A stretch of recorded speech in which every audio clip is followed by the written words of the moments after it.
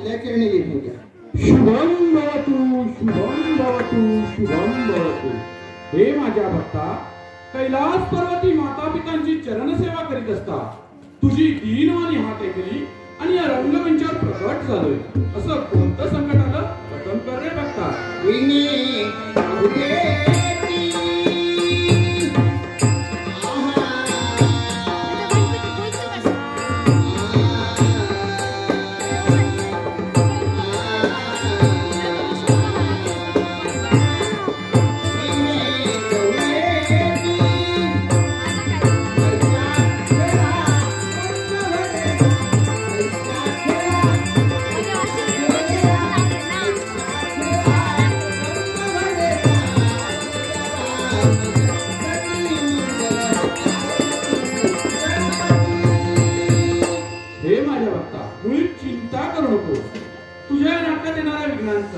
मी माझ्या हाती असणाऱ्या पाश आणि हुशारी बघून समूळ नष्ट करीन, समूळ नष्ट करीन, समूळ नष्ट करीन.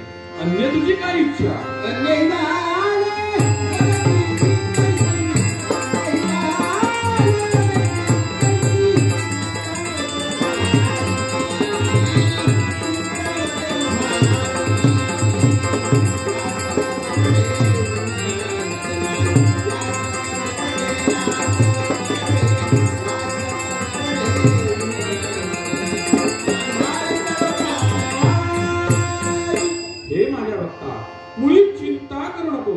तुझ्या या नाटकात असणारी अज्ञान मतिमंद बालके सुज्ञ होऊन देवगुरु बृहस्पती प्रमाणे भाषण करतील, तसेच गणगंधर्वांप्रमाणे गायन आणि अष्टरंभांप्रमाणे नृत्य करतील. असाही माझा मंगलमयाचा आशीर्वाद.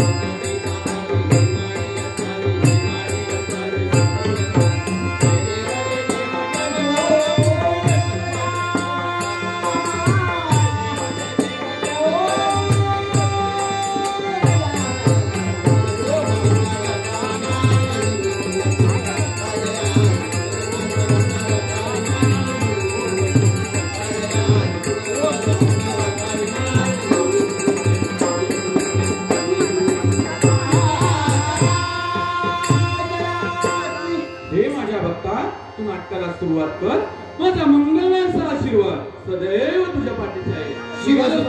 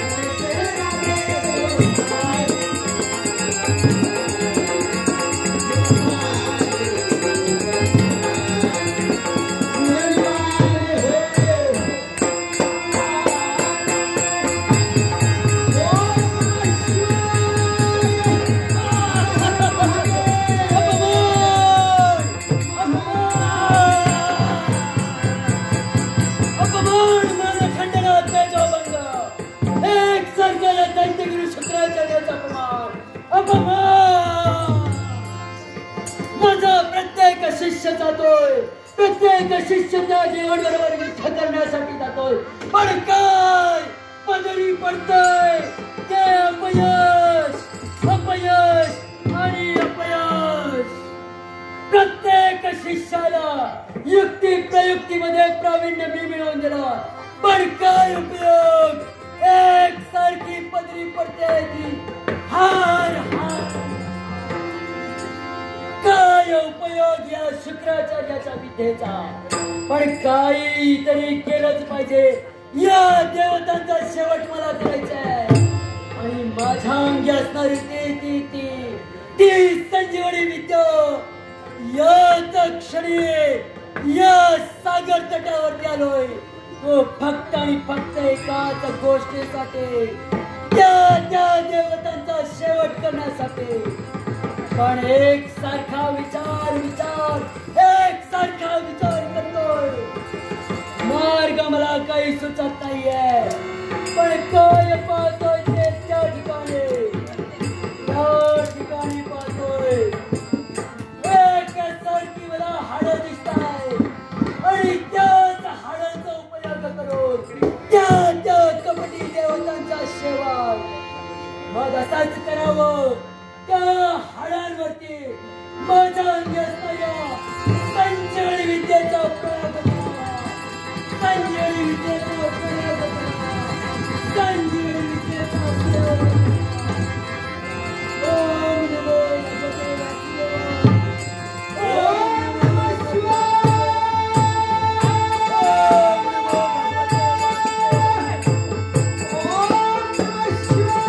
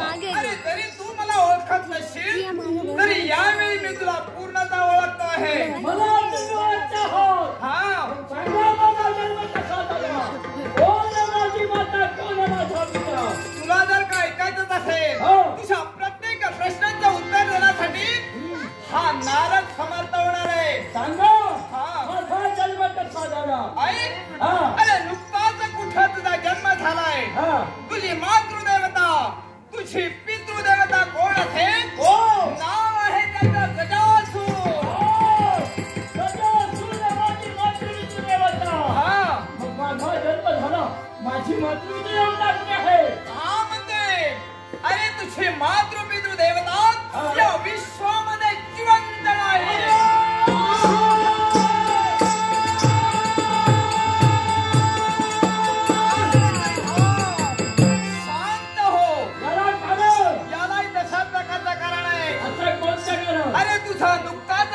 जन्म झाला पण तुझी पितृदेवता जिवंत कशी नाही ते ऐक.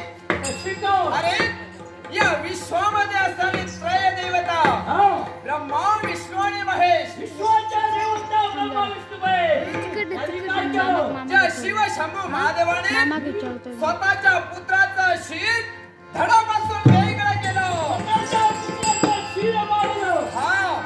पण साम्राट घडलं ते फार आगळी वेगळं. कारण स्वतःची भार्या पार्वती मातेच्या हट्टापायी त्यांनी केलं ते काय? काय केलं? तुझ्या बापाचा शिर धडापासून वेगळा करून स्वतःच्या पुत्राला लाविलं.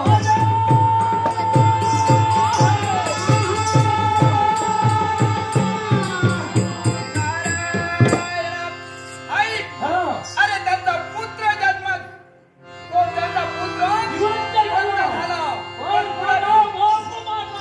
पण पुढे घडलं ते काय? तुझ्या बापाचा शिर मारलं ते मारलं, राहता राहिले ते धड. आणि त्या धडाचं त्यांनी केलं ते काय? त्यांनी त्याचा गजा जन्म केला.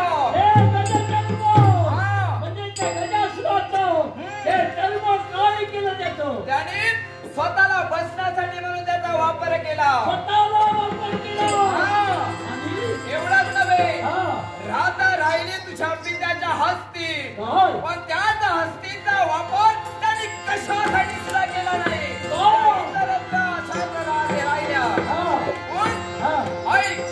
हे जाणीला पुढे दानवेश्वरांचे गुरु शुक्राचार्य शेवटचा तरी दानवेश्वर जिवंत राहायला पाहिजे म्हणून त्यांनी केलं ते काय? संजीवनी मंत्राचा उपयोग करून बाबाच्या हस्तीवर शिंपडण्यासाठी ते तत्पर झाला. त्याच वेळी तुझा जन्म झाला.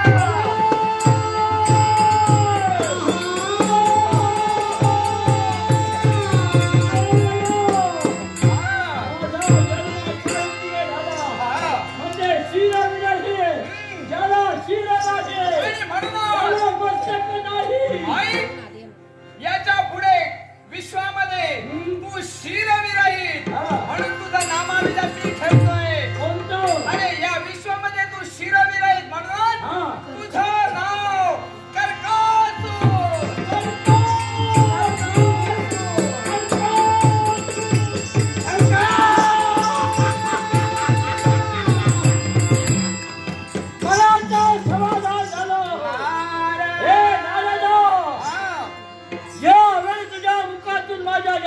कहाणी मला कळले. माझ्या पित्याचा घात देवतांनी केला, त्याच्या मस्तकाला अग्रपूजेचा मान दिला, पण राहता राहिला धड. त्या धडाचा काही न करता असंत त्याला सोडून दिलं गेलं. त्या धडावर शुक्राचार्यांनी संजीवनी विद्येचा प्रयोग केला आणि त्याच वेळी माझा जन्म झाला. याच कर्कासुराला शिर नाही, मस्तक नाही, माझा मस्तक गणेशाला लावला गेला आहे. माझ्या धडामुळे हा कर्कासुर जिवंत झाला आहे. कर्कासुर आहे. अरे त्या देवतांनी तुझ्या पित्यावर अन्याय केला, त्याचा अन्यायाचा कर्कासुरा सूड घे.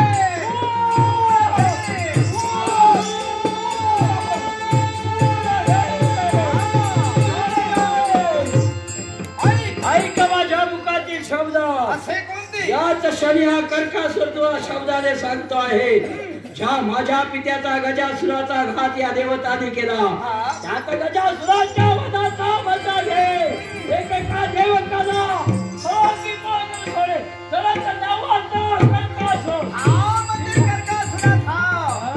अरे देवतावरून तू सॉरी करणारच आहेस, पण अरे यावेळी तुझ्या देहाचं मी निरीक्षण करते रे. तुझ्या अंतरामध्ये सामर्थ्य शक्तिवान म्हणून तू मला दिसतोय, पण असं जरी असलं तरी नुसतं सामर्थ्य असून उपयोगाचं नाही. काय करायला या विश्वामध्ये जर का तुला तुझं साम्राज्य जर का प्रस्थापित करायचं असेल, एकच काय करायला हवं? अरे शक्तीला जोड हवी ती भक्तीची. शक्तीला जोड भक्तीची. सांगणाऱ्या कुठल्या देवतेची भक्ती करो? ब्रह्मदेवाची भक्ती करो, शिव शंभू भोलेनाथांची भक्ती करो. काय? अरे ज्याने तुझ्या पूर्वजांचा घात केला तो वैकुंठीचा नारायण मा विष्णूची भक्ती. अरे वेळा तुलाची उस्ताद फुलफुलाले काय झालं का? ज्या कपट्या काळ्याने आतापर्यंत आमच्या पितरांना नेस्तनाबूत करण्यासाठी प्रयत्न केले, त्या काळ्याची भक्ती मी करणार नाही. अरे कपटाने कपटी वडावा याच्यासाठी त्यामध्ये विलंबन लावता. तुझ्या मुखातील शब्दवाणी माझ्या कर्णरथ अज्ञात एखाद्या तप्त नवरसाप्रमाणे ओतली गेली आहे. अरे काट्याने काटा काढला पाहिजे. या देवाला मागायचं असेल तर त्याच देवतेची भक्ती करायला हवी आहे. नारदा समजली तुझी युक्ती. आजपासून असंख्य वर्ष मी त्या नारायणाची भक्ती करेन आणि त्या नारायणाला उघड प्राप्त करून घे. हे हो पुन्हा तुला मुख्य कमाल लागेल. चला हा करण्याचं